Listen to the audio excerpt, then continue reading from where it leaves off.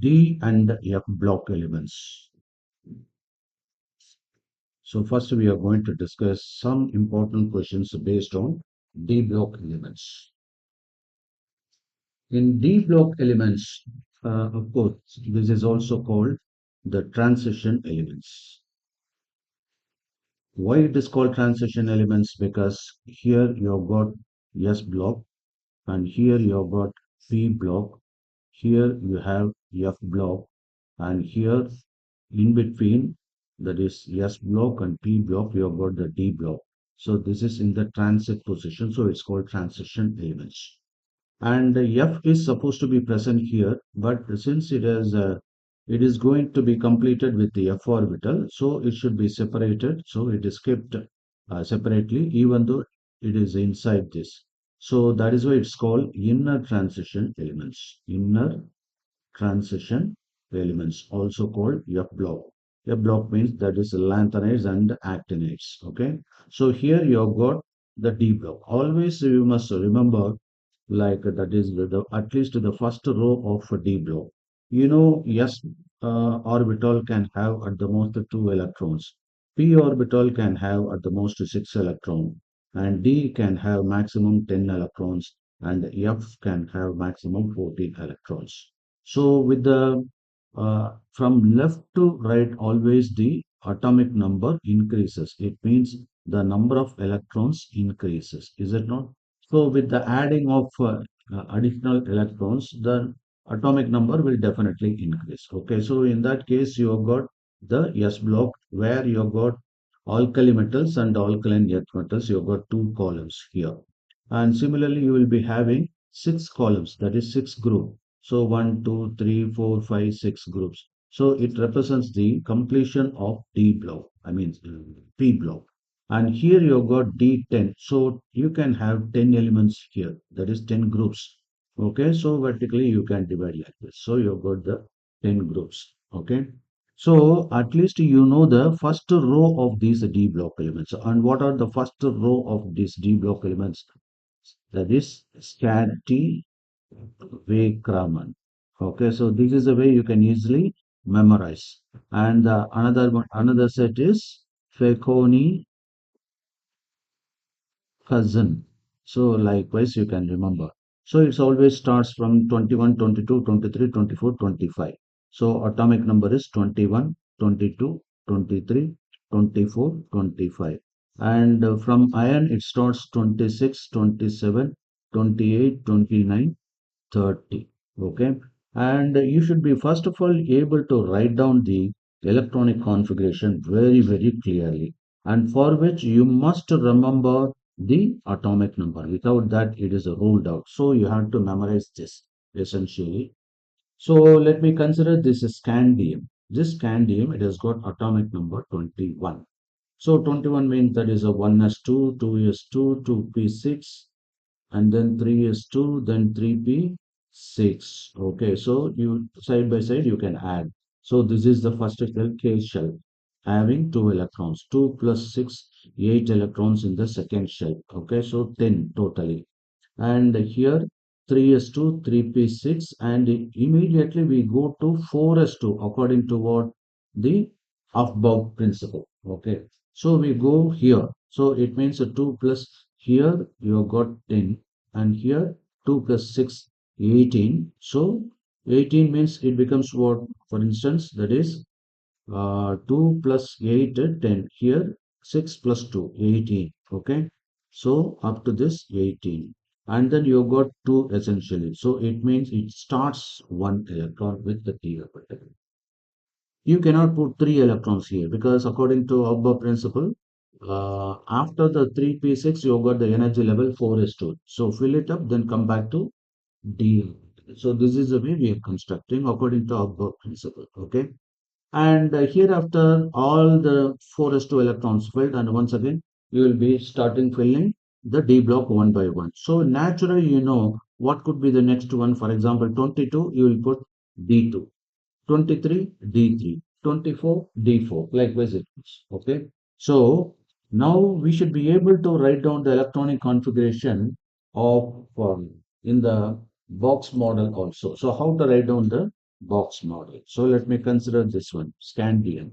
So in the case of scandium, you can write down the electronic configuration because that is the basic tool with which you will be able to solve many questions in D block as well as in F block. So 21 means 1s2, 2s2, 2p6, 3s2, 3p6, 4s2, and then 3d1. Even though this after 3p6 you are supposed to fill up 4s2, but you must write like this one. The order of priority is different, but the line changes should not take place. So it is in the fourth level only. So this is the first energy level, this is the second energy level, this is the third energy level. Okay, this is the third energy level, and this is the fourth energy level. Okay, now we can put S1, S2, and this is S for with one box, P with the three boxes, and this is 3S2, 3P6, and 3D. 1, 2, 3, 4, 5, and then 4S2. Likewise. Now here, S means it's symmetric orbital, so you can put 1s2. And this is 2s2. So parallel, anti-parallel. And then 2p6. That is, you have to fill up like this 1, 2, 3, 4, 5, 6. So this is called Hund's rule of maximum multiplicity. According to that, the equal energy levels should be filled, then only pairing will take place. Okay. And this is 3s2. So you can simply put. What about this 3p6? You can put 1, 2, 3, 4, 5, 6. And when you fill up here, 1s2. That is 4s2 is over. Then what about this d? Yes. And d orbital. So d orbital means a d1. So you can put only one electron, even though it has got the capacity to accommodate electrons, but we have got only 21 electrons. So we are just replacing orbits. Now we are filling the orbitals systematically. Okay. So this you must understand very, very clear. So this is regarding scanning. And suppose let us consider the iron here. Iron 26. So what about this iron? Let us work out for iron 26. So there is instead of writing the lengthy electronic configuration, you can cut short and make use of the inert gas configuration also. You know very well that is the last shell is the inert gas, is it no? So what are those inert gas? Helium, neon, argon, krypton, xenon, radon. Okay. So now it has crossed only one, so its maximum electron is 2 and atomic number is 2. And here it has crossed one S2 and P6. So add 8. So you will get 10. Okay. And again add 8, 8, 8. And after argon, it has come across the what? D block elements. So you have to add 2 plus 8, 10, sorry, 6 plus 10. What about this 2? This is S. What about this 6? This is P. What about this? This is D. Okay, so actually this S is P is here. So S, P, D. So this is the transition element stage. So you have to add 10. So 18 electrons should be added here so that you are able to get 16. Again 18. So 54. And next case, that is you have to fill up F also. So in that case, you have to include 14. So 18 plus 14 means 32. So you had to add 32 so that you will get 86. Are you able to understand this? How I am getting the atomic number just by adding. Okay, so you should try to understand this and in such a way that is you can easily design your periodic table. Okay, right. Now we are proceeding with the iron. So which is the closest ionic inert gas configuration here? 18 is the organ. So what is the organ atomic number? Organ atomic number is 18. So what you can put, you can simply put organ and write down the remaining one. So remaining is 8 electrons only. Okay. So in that case, how you can proceed? So for iron 26, you can write, you can directly take organ. And what about this atomic number? 18. So you've got 18 electrons, right? And so you are supposed to finish this one. So 18 comes up to which place? That is 2 and 8, 10 and up to P. Okay. So you have to start with the 3D. So 3D and then 4S. So 3D, 4S 2 you can put. So 20 and the remaining is 6 here. Okay. So instantly you can call that ion has got the 3D6 configuration. So this is the way you can easily work out the all electronic configuration. Now, so likewise, you try to work out all these things. Okay, so you can anticipate this type of questions only. Okay, then and they will ask what is the deconfiguration of nickel or nickel 2 or even copper. Let us consider copper. So copper and manganese here, manganese and zinc they behave. I mean chromium and manganese they behave differently. Chromium and zinc here chromium, here copper. So let us consider the copper here. Okay. So what is the value of copper? 29. Now copper 29. So what do you anticipate? Which is the nearest electronic configuration? The nearest is 18. So you can put once again 18. So minus how much now? 11. Okay. So we had to accommodate 11 and the 4s2. You had to give 4s2. So balance is how much? 9. Okay, so you may immediately say that this is D9 configuration. Copper is having D9 configuration, but truly speaking, it will not have D9 configuration. Let me explain why it behaves like this. Okay, so the expected, write down the expected electronic configuration of copper is what that is this that is organ you can put 18. So the balance is 4s2 and here 3d 9. So that you will get copper 29. So total is 29. Okay, 18, 20, 29. And here, but actual electronic configuration is organ and within bracket you can put then 18 here 3d10 that is one electron jumps to the d orbital and thereby it becomes 4d10 and what about this 4s1 it becomes 4s1 why it happens because let us consider the box mode so I am writing for the expected one. 1, 2, 3, 4, 5. This is the expected D configuration. Okay. But actual configuration is, you can write down whatever I write. Okay. 1, 2, 3, 4, 5. So this is 4s2. Okay. So according to this expected one, D is 9 and here 4s2.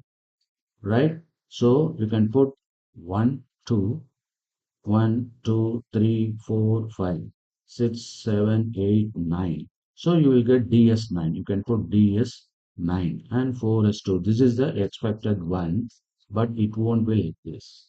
Why? So this question will be asked. Because after all that is it has got the stability by completing the d orbital.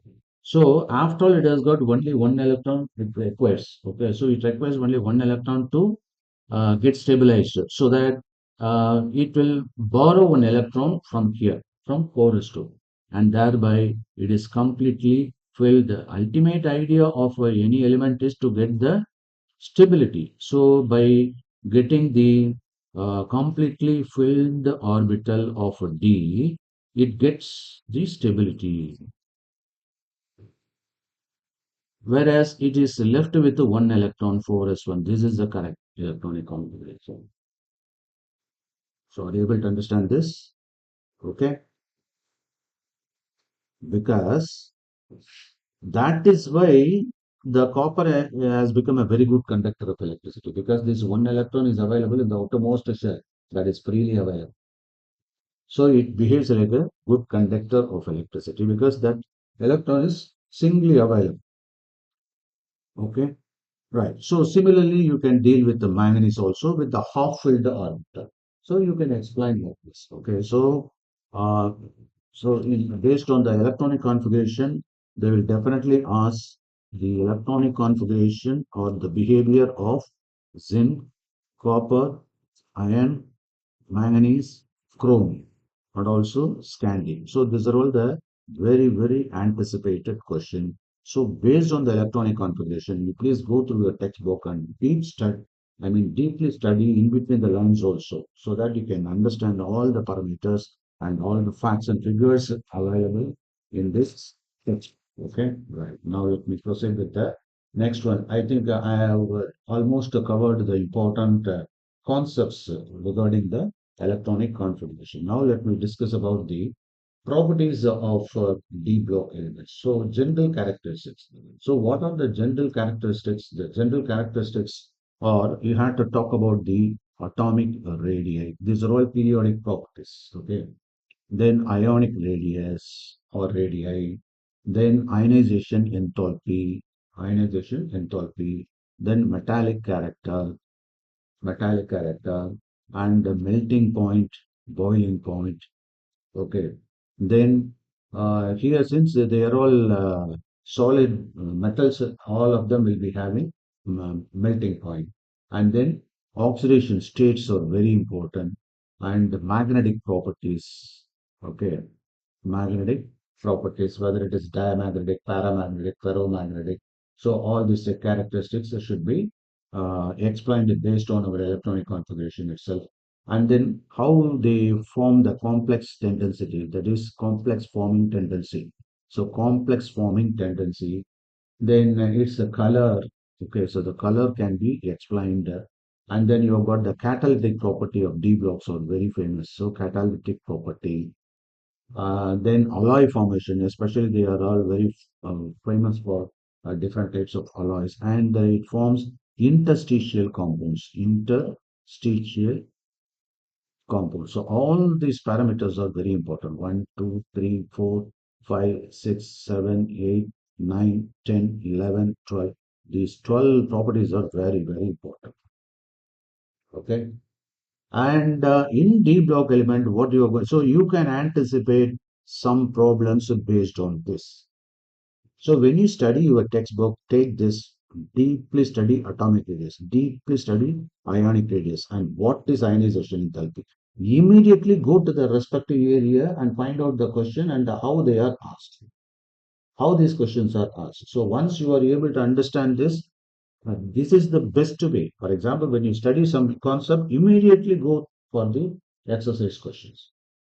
But what your practice is, you try to complete all the textbook reading and then go to the uh, book back questions. Okay, so that is not the correct method. So what you are supposed to do, for example, now I have thoroughly discussed about the electronic configuration. Okay, so let us analyze some questions. I will discuss some questions based on the electronic configuration. So once it is discussed, it's through. That's all. So it should be docketed as a separate sheet. This is whole concept. And you must be aware of these questions, how these questions are asked, and how you are supposed to answer these questions. You know the, answer, but you do not know how to present the answer. That is also very important. Okay. So now let me discuss. Uh, in fact, that is, I'll try to give you the overview about the DMX so that you will be very comfortable. So this is based on periodic table and electronic configuration. That is number one. So it is very, very simple. You can call it type one questions. Based on what? That's all. So this is one concept. Okay. The next concept is this properties. General characteristics. Okay, please note down. So what are the possible questions are? Definitely they will compare, but for which you must know the concept. So you should try to arrive at the concept map also. Okay. There. So this is, I can call it the second concept. The third concept in the D block is, that is, you can divide this into two. One is they are broadly classified into two. You can put A and B. So third A, third B. Third A is KMNO4, the special compound, the important compound, potassium permanganate. And what about this? That is K2CR2O7. Okay, potassium dichromate. Immediately you know very well that is whenever you introduce any compound, whether it is organic or inorganic, you should be aware of the structural aspect very importantly. And its various types of ions and derivatives. Ions and derivatives, you can put oxidation state. So put together, that is, you must be aware of this. You can anticipate the best questions here. Okay. And you know very well that is you should talk about the preparation. So this is another one, how they are prepared. And especially that is what are the important chemical properties. Of course, you've got physical properties also, but here more importantly chemical properties in this case. So especially if it is chemical properties, they are very, very popular as oxidizing agent. So definitely they will ask this redox reactions based on that. That's all finished, and its application uses may be asked as a theoretical questions. Okay. Now I hope you should be able to identify the important question here. Definitely, as I already marked, this is very important, and this is very important. Okay. Similarly, you got the one, two, three, four, five. So all these are five important aspects. Okay, for potassium. So once you are thorough with the potassium permanganate, okay, now let us discuss what are the possible questions asked and how we can answer this question. So likewise, we have to approach. Okay, so this is the third one, third year, third week. That's why D block is over. And compared to F block, D block is having more weightage. In the case of F block, you have only lanthanides and actinides where the extractions are very, very important. And the contractions, these are the very frequently asked questions, lanthanide contraction. And I was already discussing about the, what is that? The shielding effect or screen effect, okay, of those orbitals, S, P, D, F, the comparative study. So all are based on that shielding effect only, where we'll be explaining about the effect in nuclear charge and thereby how the atomic radius, ionic radius, they are all disturbed. That's all. Okay. Right. Now let us proceed with some questions based on the first aspect.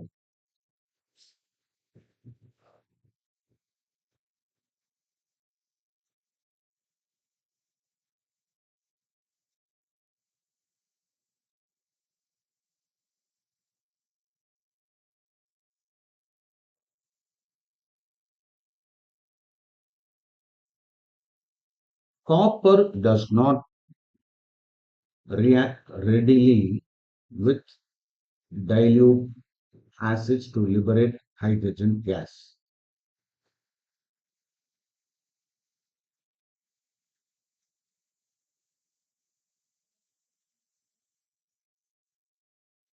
Copper does not react readily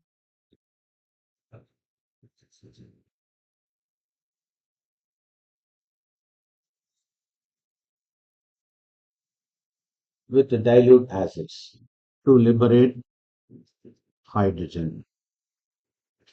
Usually, metals they can react with the hydrochloric acid or any acids, dilute acids to liberate hydrogen. Okay. But in the case of copper, you cannot expect this. Why? Because this is based on the oxidation number concept only. Okay. That is, copper has the +2 oxidation state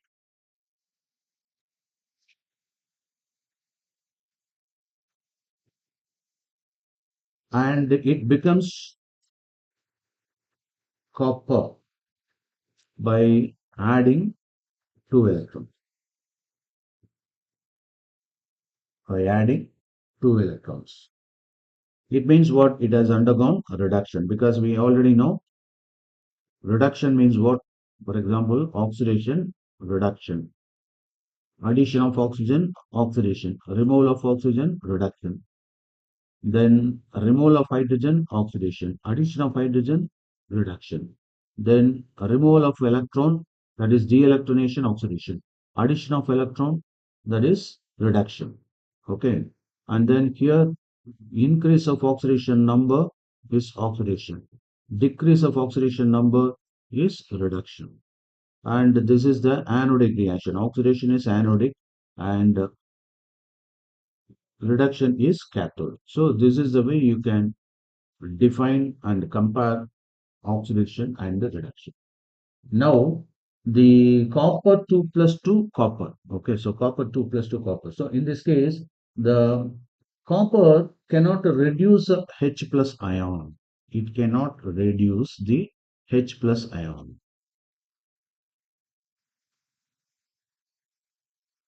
It cannot reduce H plus ion.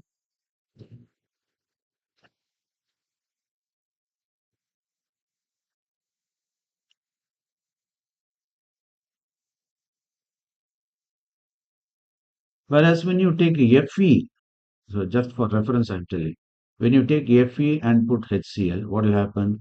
This immediately becomes Fe2 plus and becomes, that is a Cl minus and then H plus. Okay.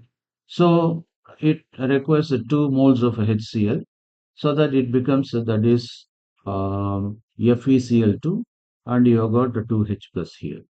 Okay. So there is a chance of what? The release of proton here, 2 moles of proton. Here it is less. Are you able to follow? So this is the first question. That is why copper cannot react with the HCl to form what?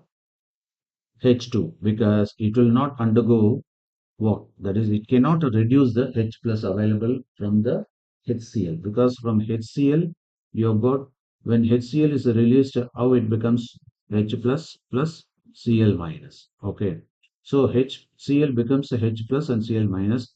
And what about what we immediately expect? Copper becomes copper 2 plus plus 2E minus. So this is the way we expect. Okay, but this H plus cannot be triggered for using this kind of reaction. Okay, then secondly, let us consider the second question based on electronic configuration. Okay,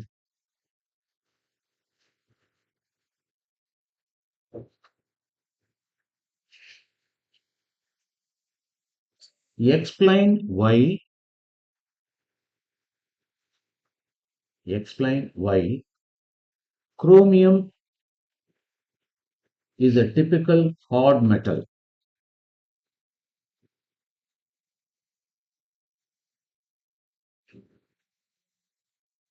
while mercury is a liquid.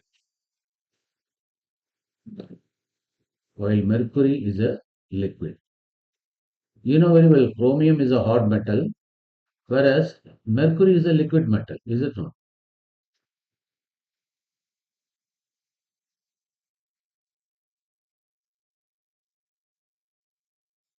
Now let us analyze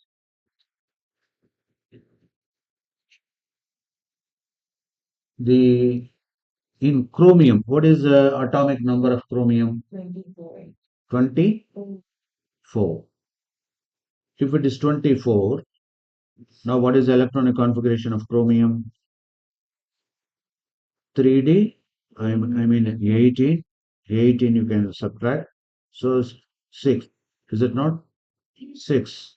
So 3, we actually expect that is 3D and 4, we expect 3D 4S. Okay. So how much we have to put? That is, we have to put 2 here. This is 4. Okay. But the D is having the tendency to get half filled so that it can attain the better stability. So one electron will come here so that it becomes what? 4s1. Are you able to understand this? So this becomes 3d5 because half 3d5. Half filled orbitals are also stable. Okay. So it becomes 1, 2, 3, 4, 5. So 3d5, and what do you call it? Half filled orbital. Half filled orbital. And this all, and here you got a 4s1 electron. Okay.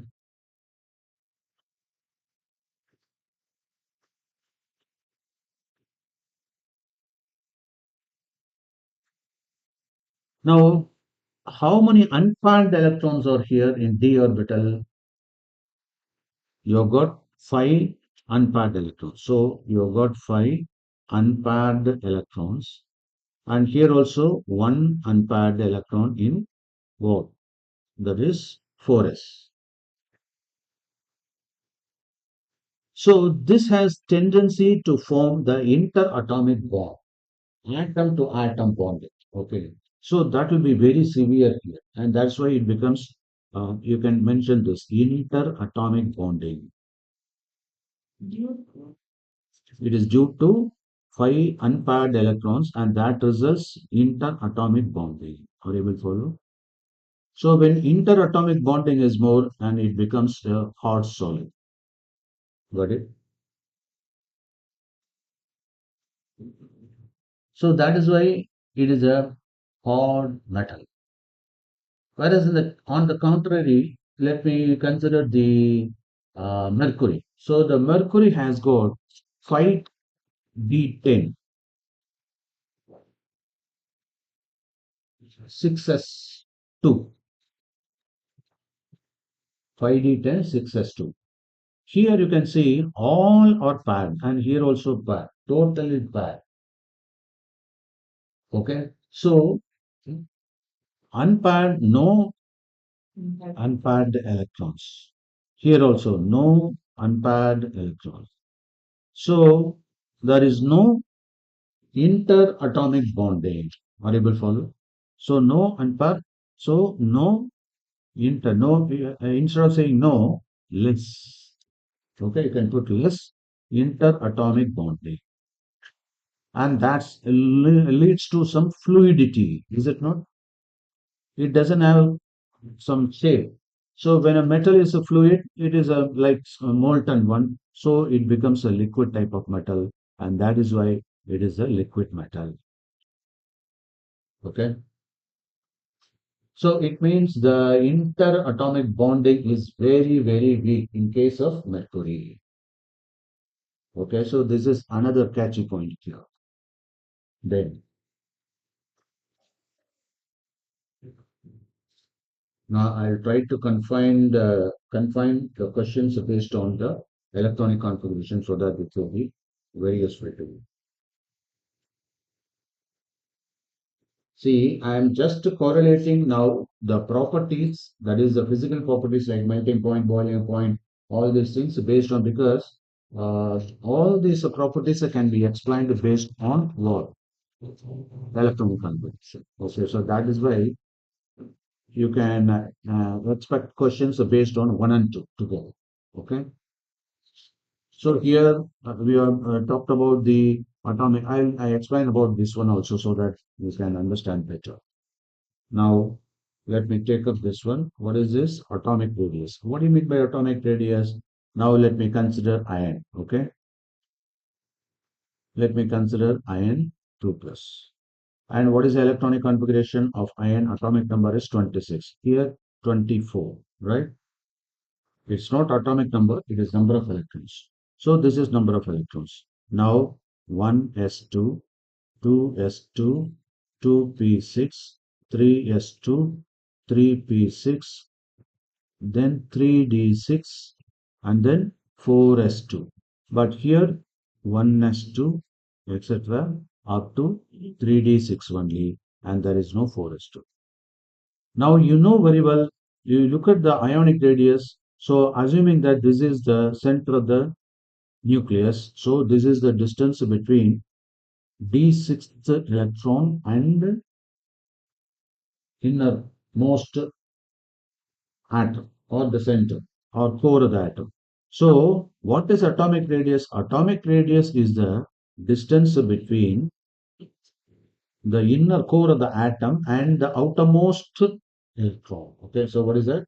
What is atomic radius? It is the distance between the innermost core of the atom and the outermost electron in the shell. That is outermost shell or outermost electron. We have to say outermost electron. Whereas ionic radius is it is also the distance between the inner core of the atom and the outermost electrons under the influence of the nucleus. So there arises the effective nuclear charge. So here the effective nuclear charge takes place here. So it has got greater influence. So till, for example, 4s2 means that is out here. So it means it has got up to 3d6 only. So naturally, ionic radius in this case is less in the case of cation. But when you consider chloride, it will be more because it catches another electron. It goes to another cell also. So in that case, that is Cl anion is greater than chlorine. Okay, whereas the ionic radius of ion is less than that of neutral atom of ion. Okay, why? Because it is the distance between the inner core atom and the 26th electron in the outermost shell. Here, it is the distance between the innermost orbit, I mean not orbit, the nucleus, and the outermost here 24th orbit. Okay, so that makes the difference. So this makes the difference between ionic radius and the atomic radius. I hope now you are able to understand. Now, what you imagine is, listen to me very carefully. With the increase of number of electrons, for example, let me consider iron. I'll put one proton, I mean, I'll put one electron, immediately one proton, right? I'll put two electron, immediately it will be having two proton. Let me put 26 electron, immediately it will have 26 proton. It means what? Atoms are neutral. Why? Because the number of electrons should be equal to the number of protons. Because protons are positively charged, electrons are negatively charged. So they want to make a balanced one. So they are charge wise, they are neutral. Now the problem is, one thing is clear, with the increase of atomic, I mean number of electrons also increases. So when the number of electron increases, what do you expect? The atomic radius, ionic radius, all are increasing. Okay. But in this case, it takes a reverse effect. Do you know why? Because so these 3D orbital, all the 10 electrons, for example, 1s2, 2s2, 2p6, 3s2, 3p6, and 3D. This is very important. So 3D, 1, 2, 3, 4, 5, 6, 7, 8, 9, 10. So likewise. So here what happens, all the electrons in the d orbital are loaded in the same shell. Are able to follow? In the same shell. So when you take in the same shell, what happens? The suction of the electron by the nucleus. It means the effective nuclear charge that increases. So automatically it will reduce the atomic radius itself. It will tighten everything. Is it not? Are you able to understand this? Okay. So that is why that is along the row from left to right, the radius decreases. Why? Because the pairing of electron takes place in the same shell. Okay, so that is the reason. But when you consider the group, here, for example, lithium, sodium, potassium, all these things, so down the group, atomic radius aggressively increases. Why? Because the atomic number changes with respect to the increase of atomic, I mean, the number of electrons, but they are filled in different orbits. And that is why there is an increase. Are you able to follow? So down the group, atomic radius increase. From left to right, it decreases. And you should try to understand from the electronic configuration and the periodic table, especially the position of the d orbital here. Let us talk about this uh,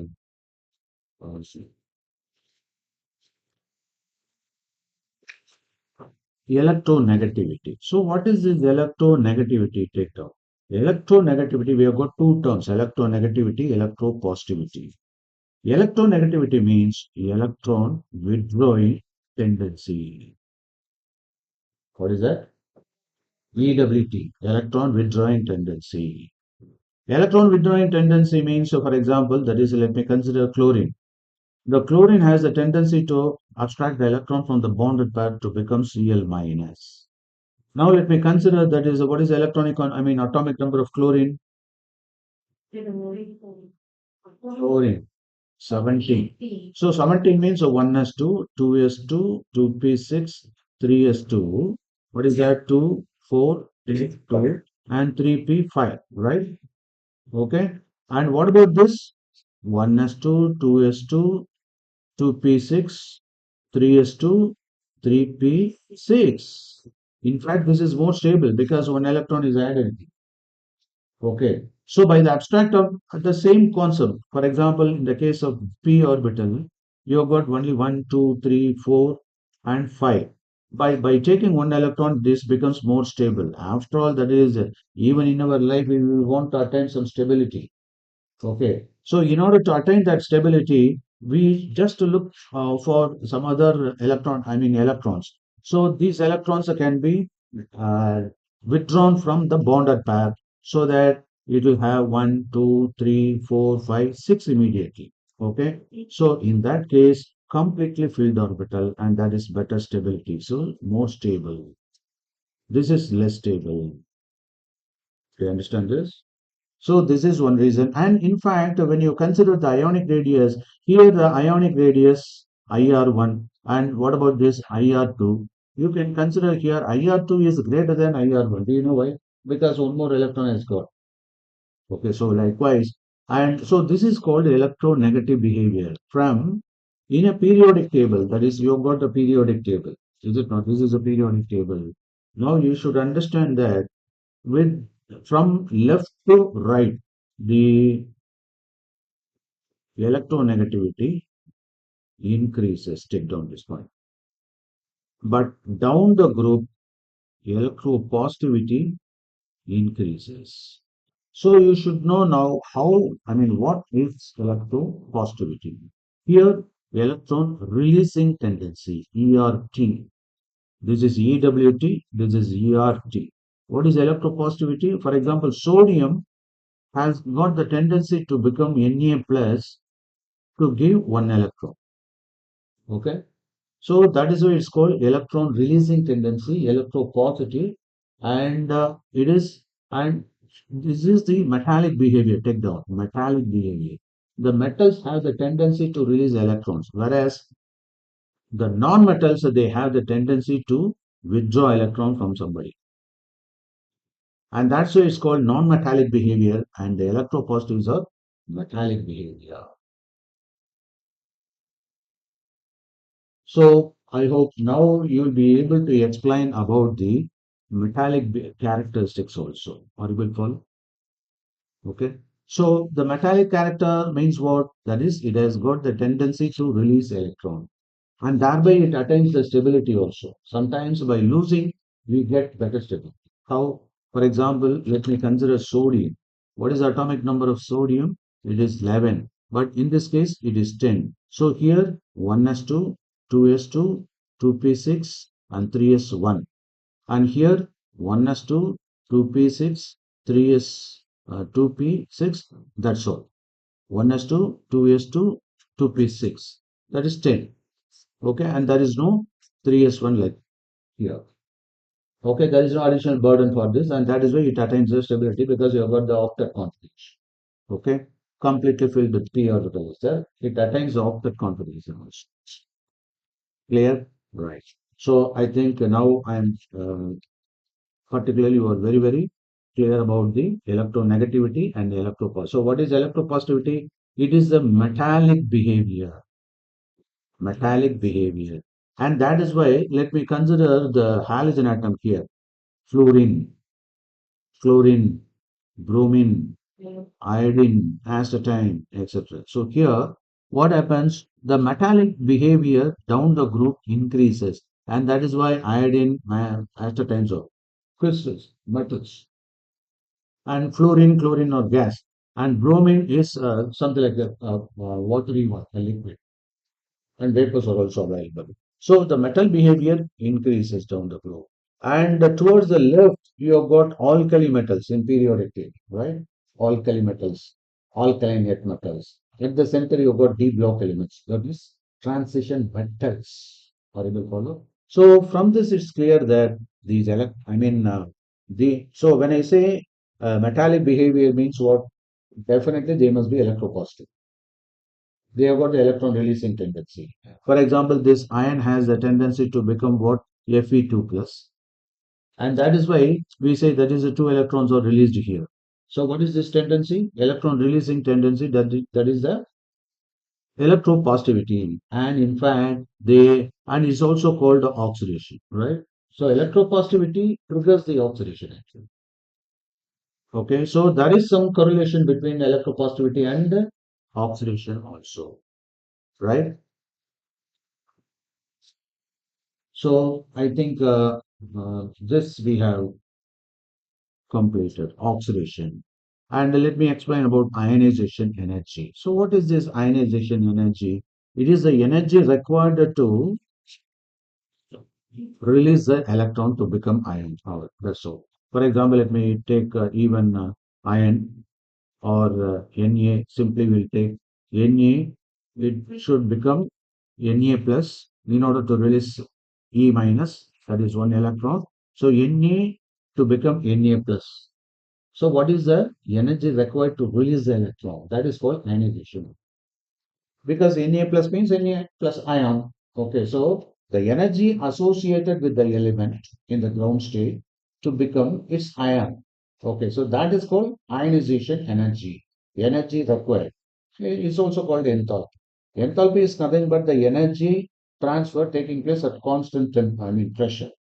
There are two types of energy exchanges. Please note down. When I talk about energy, I must say internal energy and enthalpy. Enthalpy is represented by H.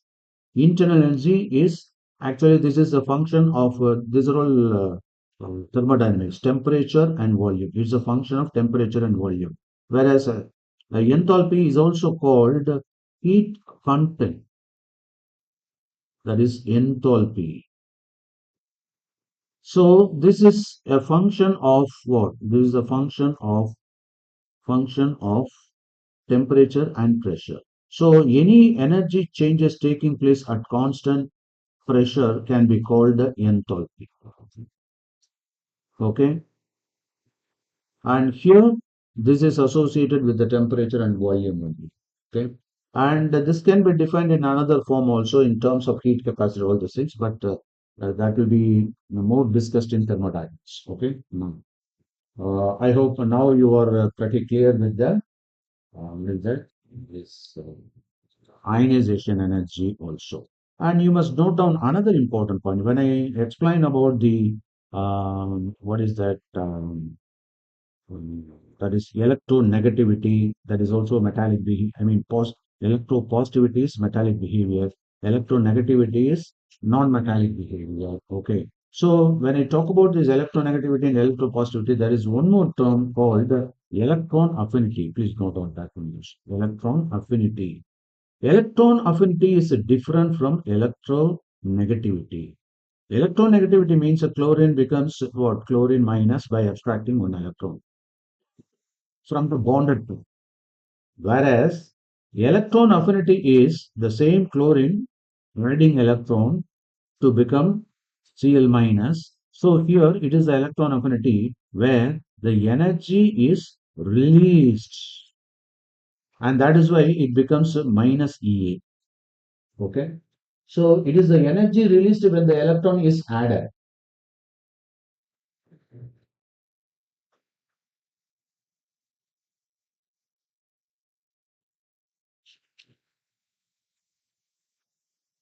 Okay.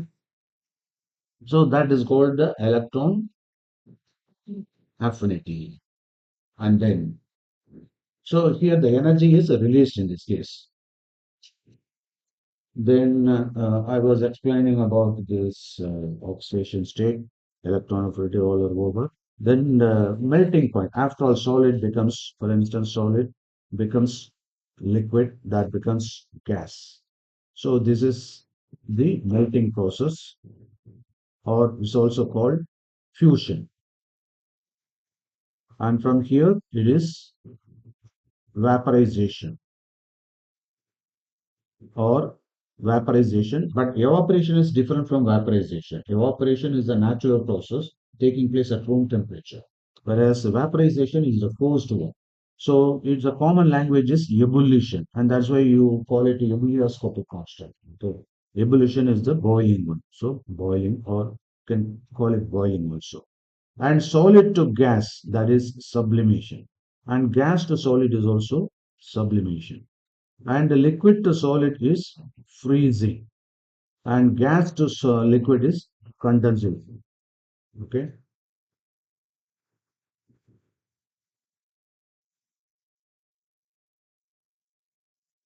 Actually, the melting point, boiling point. So these are all the physical characteristics, physical properties of any element here. So this is something specific, and with regard to that, we can easily identify the type of metal, and these melting points will be very useful for us to that is get the desired ratio of metals to become or to make alloys, metal alloys also. Okay. Then magnetic properties. So magnetic properties is nothing but, let me explain about this magnetic property. For example, when you've got any uncharged pair of electrons, let me say d orbital, 3d6 of iron. Okay, here 1, 2, 3, 4, 5. 1, 2, 3, 4, 5, 6. So you've got 4 unpaired electrons. One paired electrons. Okay, so it means since they have got more number of unpaired electrons, the magnetic properties are addressed as paramagnetic. And in this case, extremely paramagnetic can be called paramagnetic, ferromagnetic. So ferro means iron. So like iron, it is extremely paramagnetic. That is called ferromagnetic. So it means more number of unpaired electrons. Okay, it is paramagnetic. That is, it leads to ferromagnetism and more paramagnetic. Less number of unpaired electrons means less paramagnetic. Less paramagnetic. And no unpaired electrons means diamagnetic. Okay. So they are not aligned with the magnetic, external magnetic field. Then, so these properties can be explained based on the electronic configurations so that you are able to get the number of electrons. And based on the number of electrons, you can easily arrive at the, that is, uh, in terms of Bohr magneton, that is, we can get the magnetic moment also. So there is one specific formula for that. For example, take down magnetic moment. Take down the magnetic moment is equal to the whole square root of n into n plus 2. For example, let me analyze here the manganese 2 plus. Let us analyze the magnetic moment for this. How to analyze? What is the manganese atomic number? D 5.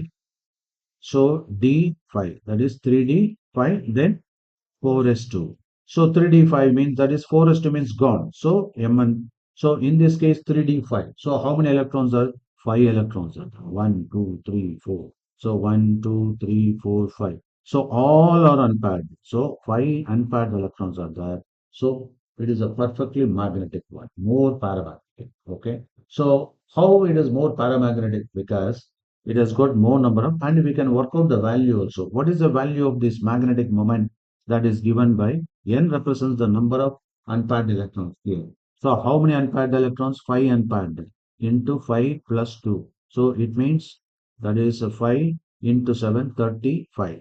So it is around square root of 35 means 5.91. So Bohr magneton, its unit.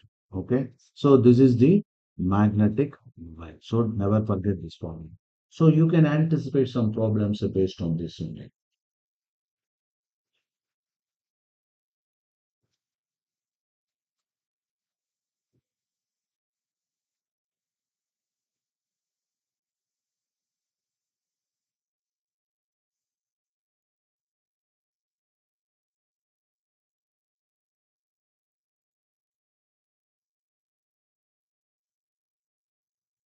Take down this question. Which is a strong reducing agent?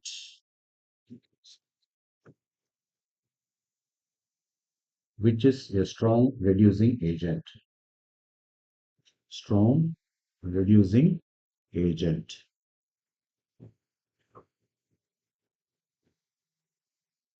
Chromium 2 plus or Fe 2 plus. Why? So this question has been asked in 2010.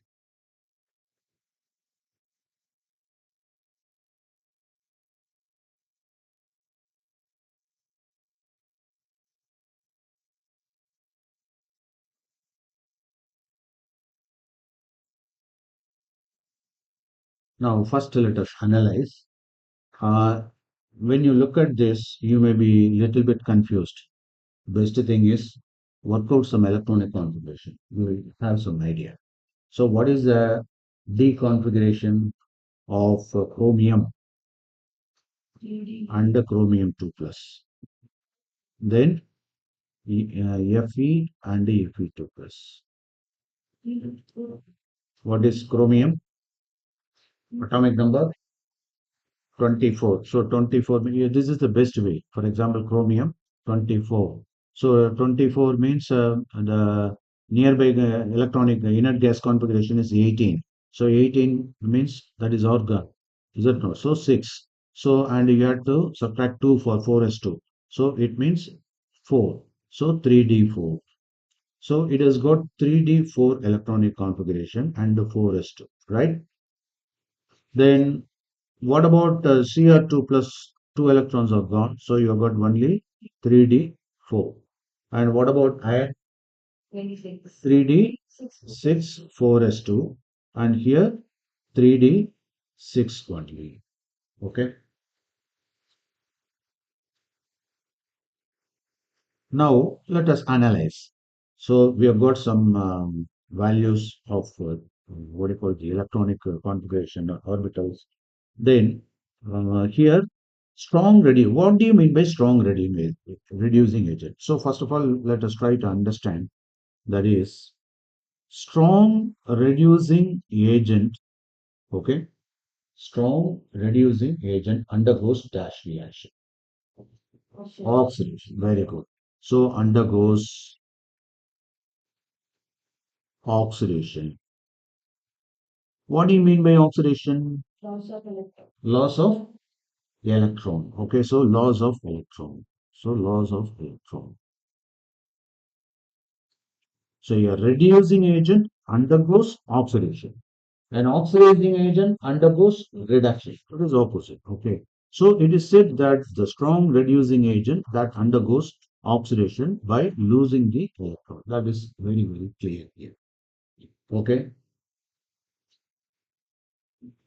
Now, Cr2 plus 2, Cr3 plus. Now, whether Cr2 plus to Cr3 plus. This is one. Another is Fe2 plus 2 Fe3 plus. Because what they have asked, they are not asked the ground state, that is the neutral element. They are asked particularly Cr2 plus. So Cr2 plus undergoes for Cr3 plus, it undergoes oxidation. So oxidation. Fe2 plus undergoes oxidation. So to become Fe3. In both the cases, one electron is transferred. Okay. Note on this. Now let us indicate the electronic configuration also. For chromium, what is that? 3d4, right? 3d4. And what about chromium 3 plus? 3d3. And what about here? 3d6 becomes 3d5. Okay, 3d6, 3d5. Now in that case, which can undergo easily oxidation. That is another question. So if it undergoes easily oxidation, it means that is a stronger reducing agent, right? Now tell me, which can undergo easily oxidation? Whether the chromium to chromium 3 plus, chromium Cr2 plus to Cr3 plus, or Fe2 plus to Fe3 plus. Let me give you a clue. Let me declare. For example, that is chromium is a stronger reducing agent. He is the chromium is the better candidate. Why?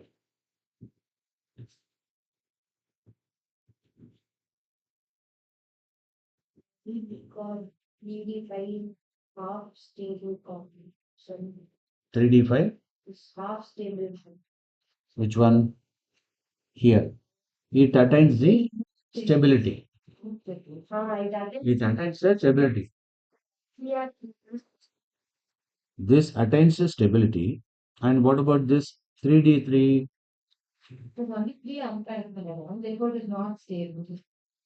You can put the box model also. You can explain like this. For example, here you got Cr2 plus, is it not? So that becomes Cr3 plus 1 electron is released, de-electronation. So here you have 1, 2, 3, 4. So what is the electronic configuration? 1, 2, 3, 4. So here it becomes what? 1, 2, 3, 4, 5. So 1, so this is 3D 4, right? 1, 2, 3, 4. Here 3D 3. What is that? 1, 2, 3, right? And that's all. And what about iron? Fe2 plus becomes Fe3 plus E. It means now 1, 2, 3, 4. And what about this? 1, 2, 3, 4, 5. So 3D6, is it not? So 1, 3D 6. And here 3D 5, right? So 1, 2, 3, 4, 5, 6. And here 1, 2, 3, 4, 5. Okay, now this is the question. Both of them undergo oxidation. Which will undergo easily oxidation, and that should be declared as the strong reducing agent. So that's the strong oxidizing agent. Hmm?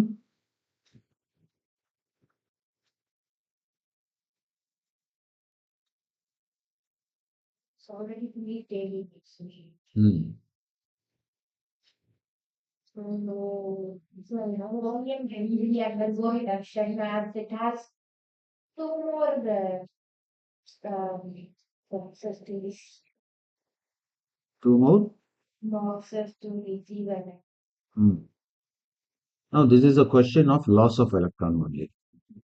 Okay, this is a question of loss of electron. In this case, from 4 electrons to 3 electrons. Here, from 6 electrons to 5 electrons, which is which can be easily that is oxidized, whether 4 to 3 or 6 to 5. Why? Chromium more tendency to receive electron. More tendency to receive electron. No, no, no. This is the release tendency to release the electron. The on one side you may think that, sir, this has got 5 electrons, half-filled orbital. Okay, half-filled orbital. So this is more stable. So this has got the more tendency. This is the way we think. Okay, but what occurs here is it has got only 4 electrons, and that is already left with a ground. Whereas this is already fully satisfied with the half-filled. Additionally, 1 electron. Okay, Of course, I do agree with you when you compare these two, and this stability is more because half filled. But in this case, it is half filled. Apart from that, you got only one electron. So when the suitable situation comes, it can have the capacity to release one electron. Whereas here, it has got the necessity for it to remove one electron, and thereby it can become 3 plus. Because the 4 electron, this is already unstable. Here, it is already half filled and additionally one electron. Okay. So that is why this 3D3, that is 3D4 to 3D3 transfer tendency is more here. And that is why chromium 2 plus is a strong reducing agent. Okay, you can make a note of it, take down. Chromium 2 plus ion is a stronger reducing agent than Fe2 plus ion.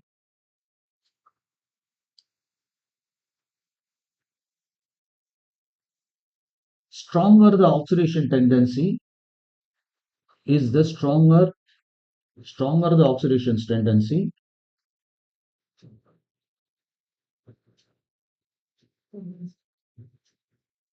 stronger will be the reducing agent.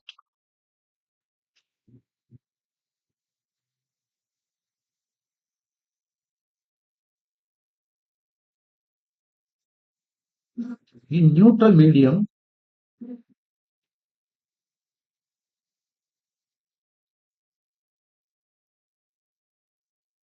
like water, D3 configuration D3 configuration is more stable than D5 configuration. But what we thought half filled is more stable than this one. But in case of a neutral medium like water, okay. So in presence of water, D3 configuration is more stable. So the oxidation is more in the case of what? The Cr2 plus to Cr3 plus, and that is why. So you can mention about the configuration also. So what is the change of configuration here? Deconfiguration in chromium 2 plus 3,4 to 3D3, whereas in the case of iron, it has got 3D6, which is already stable. Okay, so to 3D5. Even though apparently it can easily transfer, but this tendency is more clear in presence of water, that is in neutral medium. So this is another interesting question. And the now I will ask one question. Take down. I think you can easily answer this question.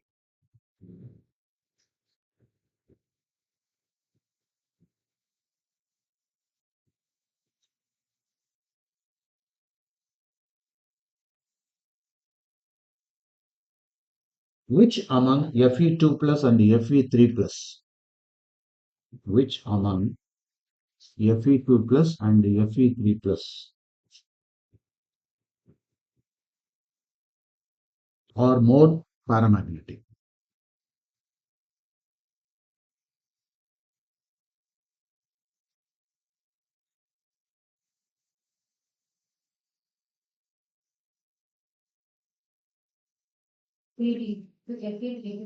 What you are supposed to do?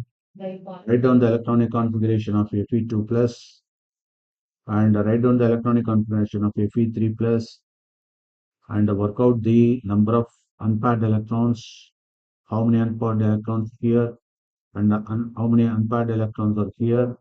And then what you are supposed to do with the increase of this one, sometimes they may ask you the value also. So you can work out the value, nothing wrong in that. So here, what is the magnetic moment formula? The whole square root of n into n plus 2. So you can apply the formula and do it fast.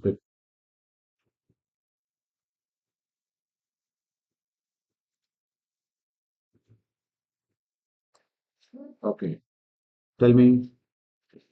For Fe2 plus, tell me the electron, I mean D configuration, what is that? 3D 6 and Fe3 plus 3D 5. So in 3D 5 means you have got 1, 2, 3, 4, 5. 1, 2, 3, 4, 5, 6. So it means how many electrons? So 4 unpaired electrons. So mu is equal to 4 into 6. So root 24. And what about this? 1, 2, 3, 4, 5. So 1, 2, 3, 4, 5. So greater number of unpaired electrons. So naturally mu is equal to what? Square root of 5 into how much? 7. So 35. Root 35. So naturally root 35 is bigger than root 24. So in that case, which is the more magnetic? Yes.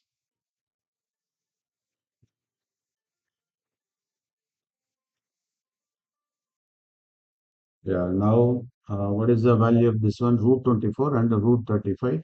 So root 35 is bigger than root 24 and 5 is more than 4.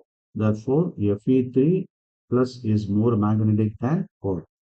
Fe2 plus. Okay, so you may anticipate such type of questions also. Okay, then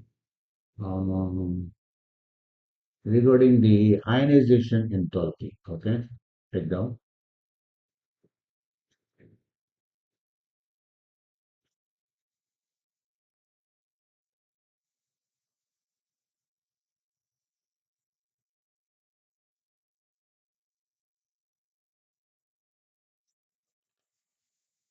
The sum of first and second, first and second, the sum of first and the second, and those of third and fourth ionization energies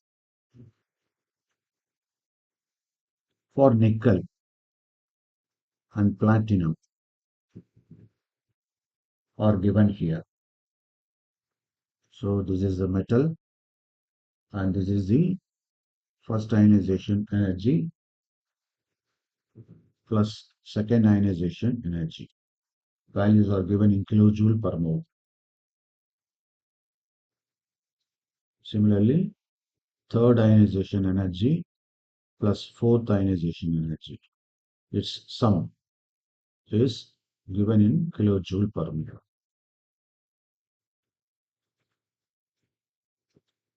So this is for nickel and this is for platinum. For nickel, 2.49 into 10 power 3 kilojoule per mole. And here 8.8 into 10 power 3 joule per kilojoule per mole. And here platinum 2.66 first ionization and second ionization together. And here 6.7 into 10 power 3.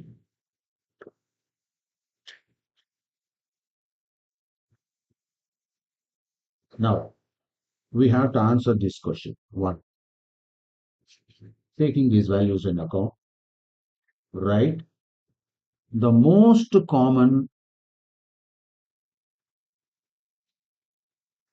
oxidation state for nickel and platinum. Second, write the name of the metal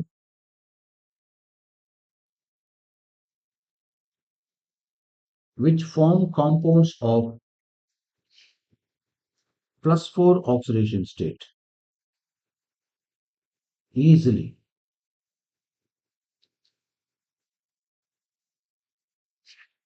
and why.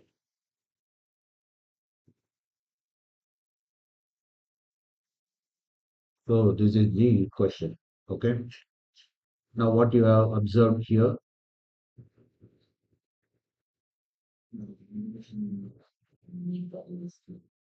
the ionization energy, they have given two values, two sets of values. Here, which is the highest, this one, third ionization and fourth ionization for nickel. Okay. So what is the most common oxidation state in nickel and the platinum? In this case, the plus 2 oxidation state for nickel.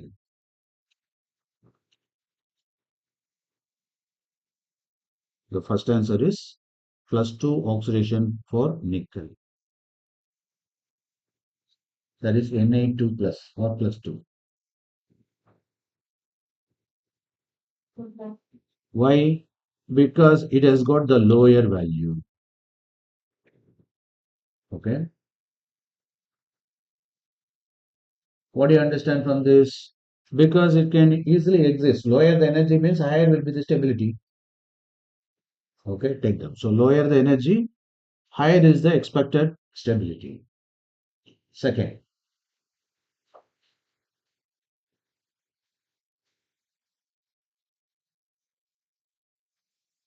so in the case of platinum, in the case of platinum, in the case of platinum, plus 4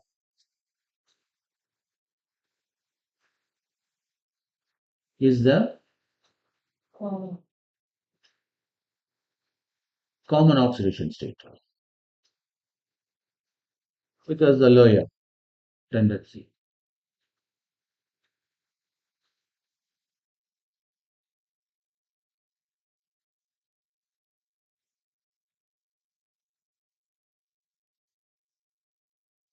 Okay. Now, second question. Platinum can, what is the metal that can exhibit plus 4 oxidation state easily? Platinum.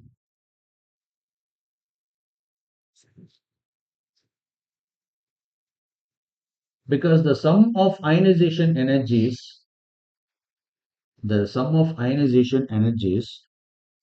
compared to nickel is low. For example, you can add this. What is that? That is I E1 plus I E2 plus I E3 plus I E4, right? When you add, roughly we can take 10 cube is outside the bracket. You can put 2.6 means 2.6 and this is 6 minus 8 9.5 something. Whereas here it is around 11 something. Okay. So the sum of all these will be less and that is why it is more stable and that is more common oxidation state. Okay. So you can add the explanation is why because IE1 the value of or you can put the sum of IE1, IE2, IE3, IE4 4 of platinum is lower than the nickel of the same. Okay, because it is around the 8 point means 12, 10 point, 11.2 something. Here, 8.2 something. Okay, right. Which one? Not 8, 9. Right? You can add and tell nothing wrong. What is the value? Can you tell me? What is the value of this one and what is the value of this one? 8 plus 4 to 9. This one. 8 plus 4, 12, 9, balance 1, 9, 11. 11.29. Right? Here, 7, 6, 3, 1, 7, 9.36. So here, this is 9.36 kilojoule and here per mole and here 11.29 kilojoule per mole. That's all. So this is less. That is why it is more recommended. Okay.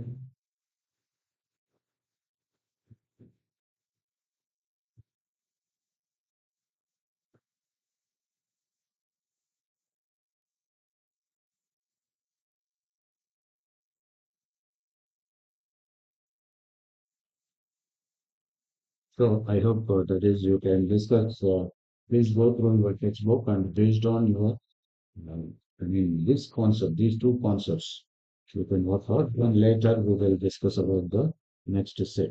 So I think I already cleared about the periodic position, periodic table, electronic configuration, all these things, along with the periodic properties. So you can anticipate problems based on these properties. I have discussed up to oxidation state. I included ionization energies also. So likewise, you may get magnetic properties also we have discussed. Then complex forming tendency, color, catalytic property, alloy, interstitial. These are all additional properties. So you can anticipate problems based on the reasoning problems, reasoning questions based on this, and for which your electronic configuration knowledge will be very, very helpful. Okay. Just to go through that and you may find it very interesting. Please go through all those questions. Okay. And in the next session, we'll be discussing about the chemical properties, particularly with regard to potassium permanganate. I will discuss one aspect. Similarly, you can apply the same strategy for potassium dichromate, K2CO2. Okay.